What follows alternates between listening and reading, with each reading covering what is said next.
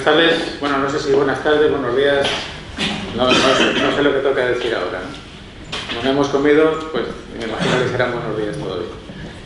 Bueno, agradecer lo primero a la organización el poder estar aquí y a la feria, la organización del evento. Y vamos a ser los causantes de todos los problemas que se han hablado esta mañana. Nosotros somos los equipos que gastamos la energía, esa energía que es tan valiosa y que es tan magnífica y que hay que hacer todos esos desarrollos algorítmicos magníficos que hemos visto esta mañana para comprar en pool y todo lo demás, ¿no? Entonces, permitidme que homogeneice la información de quiénes somos. Ahora gente que nos conozca bien, trabajamos con Sulzer, con infinidad de empresas que están en el sector. Quizás no todas las personas de la sala nos conozcan. Somos un fabricante multinacional que hacemos y fabricamos equipos eléctricos. Como veis, tenemos presencia en todo el mundo. Afortunadamente, gracias a eso estamos trabajando con todos los EPCistas y todos los instaladores nacionales a nivel de proyectos internacionales. Contamos con fábricas, como veis, en todo el mundo y, bueno, prácticamente no hay zona geográfica donde no tengamos una cobertura, ¿no? Los segmentos del mercado son, obviamente, todos donde hay un equipo eléctrico y lo único que hacemos es parametrizar los equipos en función del tipo de mercado donde vamos a ir. Los equipos que nosotros fabricamos, aquí vamos a ver solamente uno de ellos, pero son básicamente equipos de generación eléctrica. Hablamos de generadores, aerogeneradores y similar, transmisores de energía, como son los transformadores, los equipos que traemos aquí, o que podemos hablar hoy, que son los variadores, motores y compañía, y ya aplicaciones generales, ¿no? Las unidades de negocio son varias, como toda multinacional importante. Deciros que BEG es el primer suministrador de motores eléctricos a nivel nacional. Lo que sucede es que básicamente trabajamos con fabricantes de equipos y en muchas ocasiones los propios clientes nos preguntan referencias de nuestros equipos como tienen cientos instalados en sus plantas. Lo que pasa es que normalmente se compra la bomba o se compra el equipo que va accionado, pero no se fija uno en el motor que lo acciona. Básicamente lo que nosotros aportamos al mercado, como veis, son desde el transformador principal de acometida, lo que es la subestación, la distribución en media, la transformación de media a baja, todo lo que son los mandos de regulación y control y las cargas, todo son BEG, o puede ser BEG. Si necesitamos cogeneración en la planta, mientras haya un equipo que nos accione, podemos hacer mediante el generador y transformador lo que es la alimentación a la planta o bien lo que es la venta al exterior. Y, por ejemplo, si necesitamos un variador de velocidad o un equipo de variación de media, tenemos el motor, el variador, el transformador desfasador y la celda. Esto solamente hay 3 empresas en el mundo que lo hacen y una de ellas es BEG. Bueno, vamos al meollo de la cuestión. Como decía antes, en este caso vamos a hablar de normativa de motores y vamos a ver un poquito el porqué. Esto es simplemente el diagrama de lo que puede ser una red de distribución de agua potable, en el cual partimos de lo que es la presa. De esa presa, ese agua será trasladada a lo que son los elementos de tratamiento, las etapas, y mediante lo que son los sistemas de bombeo y similar, llegarán a lo que son los usos residenciales o terciarios o industriales. No demuestro nada, no estoy inventando nada y ni estoy descubriendo ninguna rueda. Lo que sí sucede es que normalmente todos estos equipos, el agua no se traslada, como os he dicho esta mañana, por ciencia infusa. Siempre tiene que haber algún equipo que lo impulse o algún equipo que lo transmita. Entonces, bien sea un motor que accione una bomba, una soplante, un compresor o lo que corresponda, siempre va a ser el elemento que accione ese equipo. Y entendedme lo que voy a decir ahora. Ningún compresor, ninguna soplante, ninguna bomba, ni ninguno de estos equipos gasta energía. Lo que gasta es el motor. Esto parece una perogrullada, pero hay mucha gente que no entiende ese funcionamiento. Entonces, esos motores son los que van a trasladar o van a hacer el movimiento correspondiente para hacer un trasvase o para hacer lo que son grandes desplazamientos de agua con sistemas de bombeo. que pueden ser los que veis aquí, de casi 1000 kilovatios, con su sistema de regulación o no, como corresponda. Eso, el canal, las empresas de aguas a nivel general, estatales y supraestatales, lo conoce bastante bien. Entonces, esos motores, a su vez, son controlados y supervisados por cuadros de mando, regulación y control, en los cuales puede haber variación de velocidad, como decía el compañero Sulzer, o no, en función del tipo de aplicación. ¿Y qué es lo que sucede? Como comentábamos antes, no hay ninguna normativa internacional que regule el consumo de una bomba, ni el consumo ni el rendimiento de lo que es un compresor o una soplante. Lo que sí hay es una directiva que regula la eficiencia y la regulación de lo que son los motores. Como veis, la directiva europea que regula los motores está redactada y emitida desde el año 2009. Y esa directiva lo que nos está diciendo es lo que es un motor para ser controlado eficientemente. No todos los motores tienen que ser tabulados ni nada similar. En este caso, como veis, un motor para estar regulado tiene que ser un motor de inducción, con lo cual el motor síncrono no tiene por qué estar regulado. Puede serlo, pero no tiene por qué estarlo.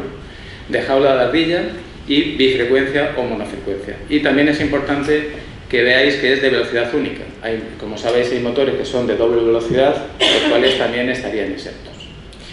Solamente estamos hablando de 2 a 6 polos, que en baja tensión, y importante, como veis, estamos hablando en motores desde 1 caballo hasta 375 kilovatios, con funcionamiento S1, funcionamiento continuo. Si os fijáis en esta foto, es el 80% de todos los motores que hay en el sector industrial. Quien hizo esto lo hizo bastante bien, enfocó bastante el tiro. No hace falta emplear recursos y medios en lo que es un 5% del mercado cuando tengo que afrontar grandes volúmenes de energía que tenemos que ahorrar.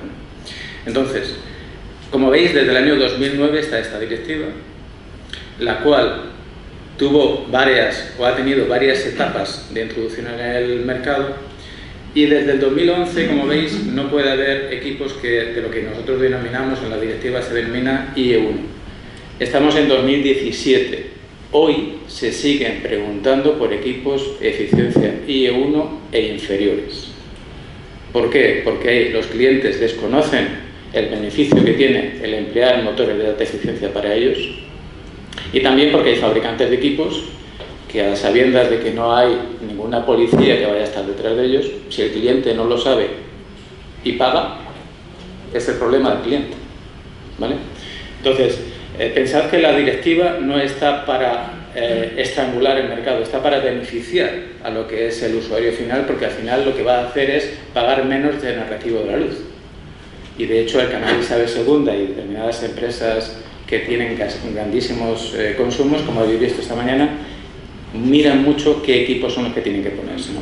Entonces, como veis, a partir del 1 de enero de este año, todos los motores por encima de 1 caballo y hasta 375 kilovatios mandatoriamente deben estar con eficiencia IE3 si no están controlados con un variador. Si tienen un variador, se puede usar IE2 como mínimo. La directiva es importante que sepamos que no te marca un máximo. La directiva lo que nos está diciendo es el nivel mínimo de eficiencia que tiene que estar en esa instalación. Con lo cual, si un cliente quiere pagar más por un motor de mayor eficiencia, no hay nadie que le vaya a decir que eso no se puede hacer. ¿De acuerdo? Entonces, lo digo porque hay mucha gente que dice, no, IE3, no, pero ¿por qué tiene que ser un IE3? Tu instalación permite un IE4, tu instalación va a salir beneficiada con un IE4, vas a pagar un poquito más, es posible, pero vas a tener un rendimiento posterior. Sí, bueno, ¿por qué no lo vas a poder poner? Bueno, como casi todas las directivas nunca son perfectas, y determinadas zonas geográficas con los ojos achinados encontraron bastantes huecos en lo que es la directiva, y entonces el Día de Reyes del 2014 hubo que sacar un adendum, por decirlo así, para tapar los huecos que estaba habiendo. Entonces el adendum básicamente es hacer trabajar que el diseño de los equipos, para no tener que cumplir la directiva de eficiencia europea, tienen que estar diseñados para trabajar a 4.000 metros o superior y a una temperatura de trabajo de 60 grados o superior. Creedme que si hay alguien que puede fabricar un motor eléctrico en estas condiciones, con las mismas carcasas que las condiciones normales que marca la directiva, que son 40 grados y 1.000 metros, hay que darle el premio Nobel, porque nosotros no sabemos hacerlo. O sea, esos motores siempre tendrán que ser una o dos carcasas como mínimo más grandes, tienen que ser más caros, con lo cual, donde lo que quieren ahorrarse por un lado, lo van a tener que poner por otro. ¿Vale? O sea que lo lógico es que con esto todo el mundo más o menos se encamine en el mismo sentido. ¿Vale? Entonces eso, como veis, desde el año 2014 es mandatorio también. Y lo que dice la directiva es que hay unas tablas que todo el mundo tiene para saber cómo tiene que funcionar, y lo que nos está diciendo es, en función de la potencia y en función de la velocidad y en función de la eficiencia, en placa característica del motor, al menos tiene que venir esa eficiencia.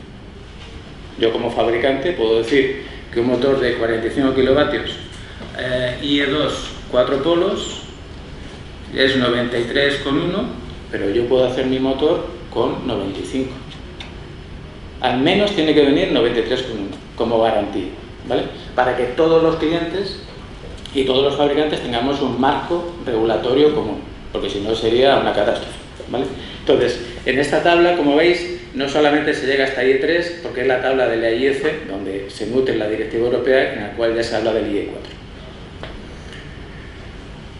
Entonces, como os decía, hay parte del mercado en el cual dice que es imposible encontrar motores de alta eficiencia, o que son muy complicados, o son carísimos, o similar. Bueno, como veis, IE2 están preparados en este momento solamente para trabajar con variador de velocidad. IE3 y IE4, como veis, nosotros los tenemos, por ejemplo, de entrega inmediata, y en motores de inducción. Ojo, estamos hablando de que los motores de baja tensión, por ejemplo, son intercambiables. Un motor de daño Mari-Castaña se puede sustituir en el 95% de las ocasiones por un motor IE4 sin cambio de marcado. Eso es muy importante a la hora de hacer mantenimiento. Y estamos hablando del motor síncrono, que en nuestro caso lo llamamos IE5, porque supera al menos en un 20% la eficiencia del IE4. Bueno, eso es lo referente a lo que tenemos hoy, en lo cual se supone que tenemos que cumplir. Que luego el mercado nos dice que hay veces que se cumple y otras veces que no. Y vamos a hablar de lo que va a venir. ¿Cuándo? Eso es algo que todavía no sabemos, porque es una de las directivas las cuales se hacen, pero no hay una regulación de cuándo se va a entrar. Si os acordáis, antes se indicaba que la directiva estaba hecha desde el año 2009, pero después la introducción era a partir del 2011. ¿Vale? Entonces, ¿por qué sale la nueva directiva? En este caso, como veis, es un simple indicativo de decir, bueno, si tengo un motor que pueda estar arrancado en directo, o puede ir con variador, o puede ir como sea, ¿cómo sé que ese conjunto, como decían los compañeros antes, es más o menos eficiente que otro?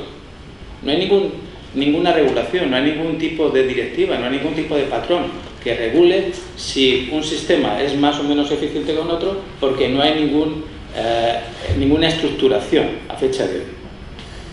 Entonces, ¿por qué es importante optimizar sistemas? Como se ha hablado durante esta mañana y siempre hablamos, normalmente el motor no es un elemento suelto, ni la bomba es un elemento suelto, ni acoplado a la bomba siempre hay tuberías, siempre hay válvulas y similares, ¿no? Entonces, un simple ejemplo de implantación de sistemas más eficientes son, en este conjunto, como veis, de motor con acoplamiento, con bomba y similar, pues para obtener 31 de salida hemos tenido que emplear 100.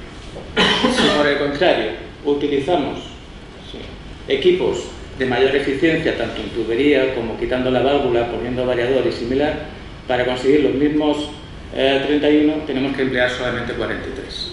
En este ejemplo habrá más. Entonces, lo que se quiere decir es, está muy bien que nos fijemos en lo que es el árbol, pero hay que ver el bosque también, ¿vale? Entonces, el marco regulatorio que tenemos a fecha de hoy es lo que veis en pantalla. La Comisión Europea En el año 2009, como hemos hablado antes, sacó la directiva. Es la famosa, si habéis oído hablar del 20-20-20, que en el año 2020 tenemos que reducir el 20% de carbono y todo ese tipo de cosas, que yo creo que no hay ningún país que lo vaya a cumplir, como mejor Noruega o Finlandia, pero de ahí para abajo difícilmente. Entonces, esto es lo que nos vamos a hablar ahora y esto es de lo que vamos a hablar ahora, ¿vale? Como veis, futura regulación. Vamos a hablar de la norma, la regulación. Se habla de que esta norma se implantará en el año 2018. Se habla. Lo importante de esta jornada es que sepáis que existe y que se va a implementar. ¿Cuándo exactamente? Pues ya lo veremos, pero que si se ha hecho es para implementarse. ¿Vale? Esta normativa es una normativa que está bastante elaborada. Si lo imprimís es como una cosa así, en las tres etapas, en las tres partes, como veis. Básicamente, la 598.1 es la teoría, la 2 es cómo se implementa la práctica y la 3 es ya la leche. Si llegamos a tener esta aproximación cuantitativa al ecodiseño, sería magnífico, ¿vale? De momento vamos a ver si el 1 y 2 somos capaces de implementarlo. Entonces, lo que está diciendo esta normativa es que no me voy a fijar solamente en el motor, sino que voy a ver el conjunto. Voy a ver la foto grande, voy a ver lo que es el bosque, no me voy a quedar en el árbol, ¿vale? Entonces, yo cuando vi esto la primera vez dije, bueno, voy a pasar de página porque no me he enterado de nada de lo que está poniendo aquí, ¿no? Entonces, haciendo un ejercicio de adaptación, vamos a intentar a ver si lo que me sirvió a mí os sirve a vosotros, ¿no? Esto es una línea de alimentación, empezando por los cables, los cuadros, el motor, la transmisión y la máquina accionada, que puede ser un compresor, un soplante, un ventilador, una bomba, lo que queráis. ¿Vale? Ese es el conjunto desde lo que es los cables hasta lo que es la salida de máquina. Si vamos particionando, vamos a decir, bueno, lo que es el elemento de accionamiento, ¿con qué estoy alimentando el motor? Lo voy a llamar módulo de accionamiento o en inglés CDM, ¿vale? Si a eso lo sumo lo que es el motor, pues en vez de ser CDM será conjunto de accionamiento, ¿vale? Que en inglés lo llamamos PDS. Ponemos aquí abajo motor, arrancador y similar para englobarlo en lo que podría ser la alimentación en caso de que haya una alimentación directa.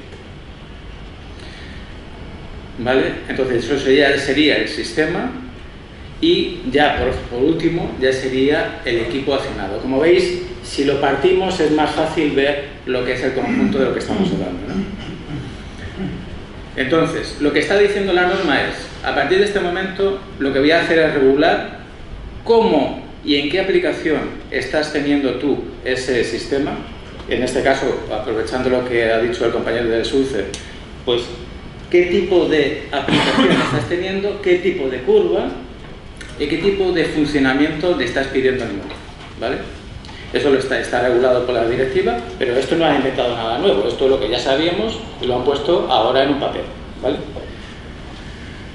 Y ese motor, en esa aplicación, ¿qué demanda me lo estás haciendo? ¿Me va a trabajar 100%? ¿Va a estar trabajando en S1, en S2, en S3? ¿Va a trabajar X horas? ¿Va a trabajar? ¿Cómo va a estar funcionando? ¿Al 90% de carga? ¿al 75%? ¿Cómo va a estar trabajando? ¿Vale? Entonces, todo esto es, como os decía, la guión 1 es la teoría y también nos dice a los fabricantes, y entenderme que eso, en este caso, de cara al cliente final y al EPCista y el instalador, es una bendición, porque seguir esto es una lata, ¿eh? Cumplir lo que dice la normativa de todo lo que son los sistemas y todo eso conlleva infinidad de trabajo, pero afortunadamente para vosotros es responsabilidad nuestra. ¿Vale? Entonces, partiendo de la teoría y para adaptarnos un poco al tiempo, ya que vamos un poco apretados, vamos a ver ejemplos prácticos de qué es lo que va a suponer al mercado el tema de la implantación de esta directiva. ¿Vale?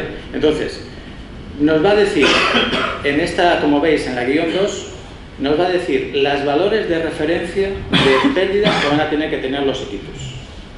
Y nos va a decir cómo tenemos que probar los equipos también. Vale, ejemplo, un variador. Como veis, un variador de gama normal, pequeño, sin ningún equipo especial. Si os fijáis, estamos hablando no de rendimiento, no de eficiencia, como hablamos hasta ahora en tema de motores. Ahora hablamos siempre de pérdidas. Entonces, al final es lo mismo, pero es ver la película desde dos puntos diferentes, ¿no? La norma nos está diciendo dónde tenemos que probar el variador, que gracias a esto sí que habrá unas curvas de funcionamiento de los variadores. Como veis, un variador de 7,5 kilovatios de BEG, en este caso, dado que tiene unas pérdidas de 198 frente a la tabla que nos dice que puede tener hasta 581, sería IE2. O sea, explicado al español normal. La tabla nos da unos valores de referencia de todas las potencias y unas pérdidas. Si tú estás con menos del 20%, o sea, si tú gastas más del 20%, en vez de ser IE1, eres IE0. Eres un gasto. Y si gastas menos, eres un IE2. El problema que tiene esto es que da igual que gastes menos o gastes muchísimo menos, a fecha de hoy solamente eres IE2. La norma habla de IE3, de IE4, de IE9, pero a fecha de hoy da lo mismo que yo tenga una pérdida de 198 vatios o de 0, que para los dos equipos vendrán etiquetados con una etiqueta que ponga IE2. ¿Vale? Eso es un poco lo que está pendiente de ver cómo se realiza, porque la teoría de esto es decir, yo tengo un equipo que voy a comprar en el mercado y no sé cuánto de eficiente es, como aprovechando lo que tú decías antes, comparado con otro, porque no había ningún marco regulatorio que me midiera o que me dijera cómo tengo que probar un variador de una marca comparado con el variador de otra marca. Cada uno hacemos las pruebas como nos viene mejor. En este caso ya sí que hay una regulación que nos dice tienes que hacer las pruebas así, y todos nos vamos a dar las pérdidas en función de esos parámetros de diseño, ¿vale? Entonces, en principio vemos que ese variador vendrá etiquetado con IE2, y lo que os decía, el problema está en que puede ser un IE2 plus o un IE2 menos, porque es ya más gastón, ¿no? Entonces, eso si compras un equipo suelto, pero si ya lo compras en conjunto, con el motor en este caso, vamos a coger el variador de antes y vamos a poner un motor equivalente, ¿vale? De un conjunto de accionamiento de motor y variador. Como veis, sería un motor, en este caso, de 7,5 kilovatios, 4 polos, o sea, 1500 vueltas, que tenemos, y vuelvo a decir, estamos hablando de pérdidas en el variador y de pérdidas en el motor. Indirectamente las pérdidas nos van a dar la eficiencia, pero aquí no decimos un motor IE1 o IE2 o lo que corresponda en función de la eficiencia. Estamos hablando de las pérdidas. Sé que es un poco jaleoso, pero al final es intrínsecamente lo mismo. Entonces, en este caso, el conjunto de motor y variador, en este caso, es un IES2, ¿vale? Con lo cual, como cliente, yo cojo la solución, imaginaros, nuestra, de BEG, que dice que es un IES2, y cojo la solución del fabricante B, que dice que es un IES1, y otro que es un IES0, pues sé que directamente, sin hacer ningún cálculo, el IES2 es mejor que el IES0. Con lo cual, puedo tener una aproximación, los proyectos de auditoría energética son mucho más sencillos y las soluciones que a emplear por parte del cliente final son mucho más sencillas. Entonces, la realidad del asunto es que la teoría, como estamos viendo, beneficiará al cliente final, beneficiará a la ingeniería, beneficiará al instalador. El único problema es que todavía no tenemos el marco regulatorio a partir de cuándo se va a implementar. Pero lo importante es, como decía al principio, que sepáis que cuando sea, va a ser.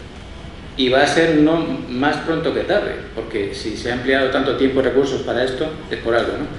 Entonces, nosotros como fabricantes, todos los fabricantes, más o menos serios, vamos a tener que hacer un etiquetaje tanto de lo que son los inversores, los equipos que accionan, como del paquete motor variador o motor equipo que controla, para decirle al mercado mi equipo es esto o mi equipo es lo otro, ¿vale? Eso ya tiene que venir de serie, igual que hoy viene la placa de características o la placa con la información eléctrica común del variador o lo que corresponda, ¿vale? Entonces, esos no están los clientes lo que tienen que forzar o no lo que es el cumplimiento de esta normativa, porque, como he dicho antes, yo creo que esto es beneficioso para todos. Así que nada, pues muchas gracias, espero que haberme ajustado a